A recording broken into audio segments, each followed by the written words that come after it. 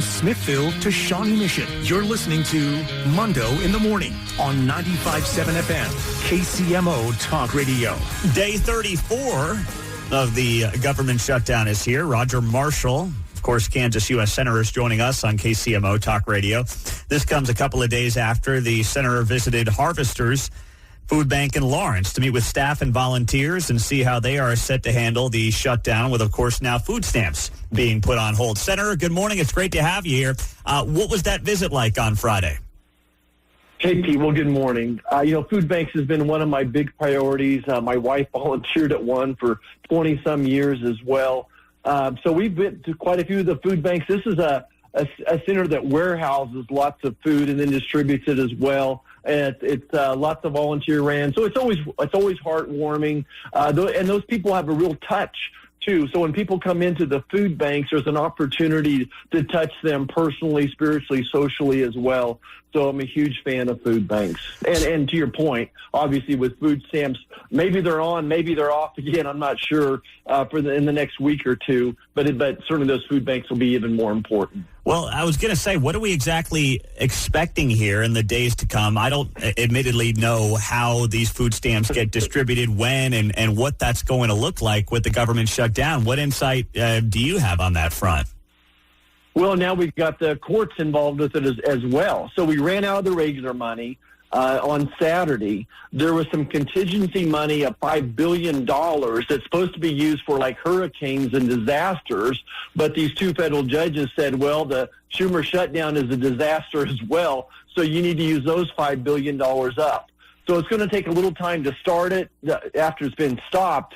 And that'll be enough for 2 more weeks of funding, I think. That's what I think you're going to see happen is they'll restart them at the end of this week, and that'll get us to a couple more weeks, unless, of course, we get the Democrats come across the line. Remind everyone, 13 times Republicans have voted to fund food stamps. 13 times the Democrats have voted against it. So we're sitting here on day 34.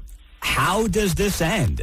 Or when does it end? Or both? I mean, it's just, it doesn't seem like there's any end in sight, Senator.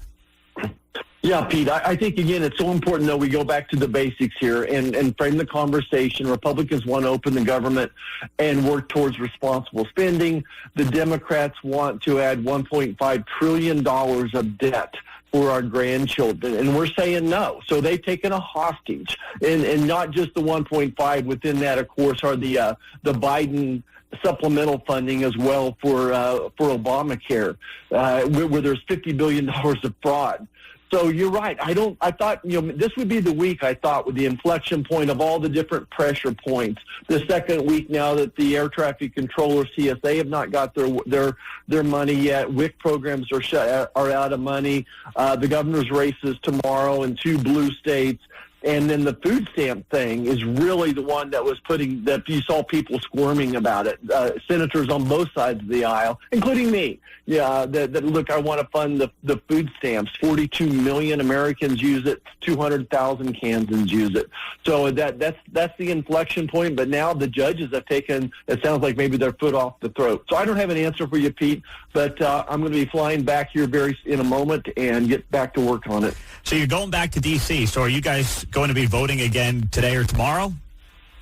Yeah, so we're going to vote tonight. But the good news is we are working our tails off getting judges and nominations across the finish line. We'll vote again tomorrow on the continuing resolution, the short gap measure, and at the same time, Susan Collins, who's the chairperson of the Appropriations Committee, she's got 90% of the things through committee for funding. 90% of the funding has been through the committee, but Chuck Schumer won't let us vote on it.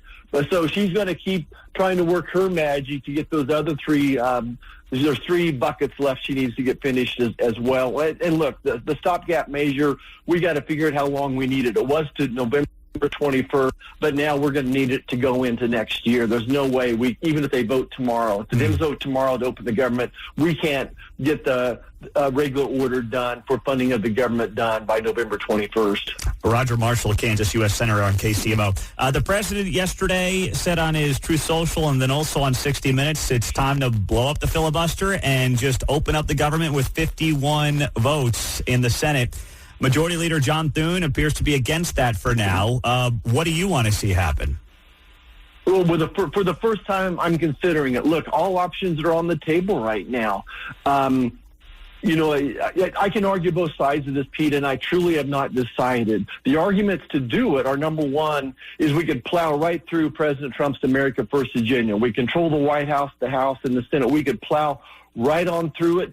And my fear is that the next time the Democrats are in control of the Senate, there's a 95% chance that they'll end the filibuster, okay? So those are the reasons to do it. Why don't we as Republicans? Remember, Pete, you talk in your show sometime about the difference between democracy and a republic, but a republic protects the rights of the minority. We don't take a vote twice a day to see what we should change the speeding limit to. We protect the rights of the minority in a republic, and this filibuster protects the rights of the minority. So it takes 60 votes in the Senate to get most things done, and that protects the rights of the minority. It keeps us from changing the tax laws every 2 years. It gives us more certainty. The role of the Senate is supposed to be, if the House is the coffee cup, then we're the saucer. We're supposed to measure twice and cut once. We're supposed to be more thoughtful. We have 6-year terms, not 2-year terms. So it would be a huge change in the culture of the Senate. I can argue it both ways. I would prefer to keep the filibuster, but desperate times may call for desperate measures. All right. Well, do you think there will be some discussion about this with your Senate colleagues when you get back to D.C. today? And if so, where does that go? Yeah, so it'll be tomorrow. Every Tuesday, Wednesday, Thursday at lunchtime, we get together and have lunch for an hour, and that is when the real debates happen. Like, there's no cameras in there. There's supposedly no one recording. That's when the real debate happens within your own party. Now, the Democrats only meet once a week, but we meet 3 times a week for an hour and a half, and it gets pretty down and dirty there. So this will be a big discussion point. And I would say there's 5 or 10 of us that are, saying, okay, we need to consider this. And then there's probably 10 or 15 that are just like, hell no, there's no way. They're the institutionalists. They've been there forever. And I respect that. I respect, keeping things the same to some extent as well. But like I said, this is desperate times. I would have never thought that we would have such polarized people in our parties, especially this far left wacko Democrats this is the tail wagging the dog over there. Yeah, it's something to watch. Senator Marshall, thank you. In the last 30 seconds, how are you fixing the Chiefs right now going into the bye week? Oh, gosh. The sun came up. Patrick Mahomes got hit 15 times yesterday. McDuffie had 11 tackles. Your cornerback cannot have 11 tackles. Pete, it's all the above. We got outplayed. We got out-hustled. We got out-coached. Tip perhaps to Buffalo. We'll get back to work today. We got a bye week, and we got to patch up that offensive line. I'm with you there. Senator. All right, open up the government, then we'll fix the offensive line for the Chiefs. Deal? There you go. All right. Thanks, Pete. Thanks, Senator. Appreciate you. There you go. Roger Marshall is heading back to D.C. This morning, and we'll see how it plays out. Day 34 of the shutdown is here.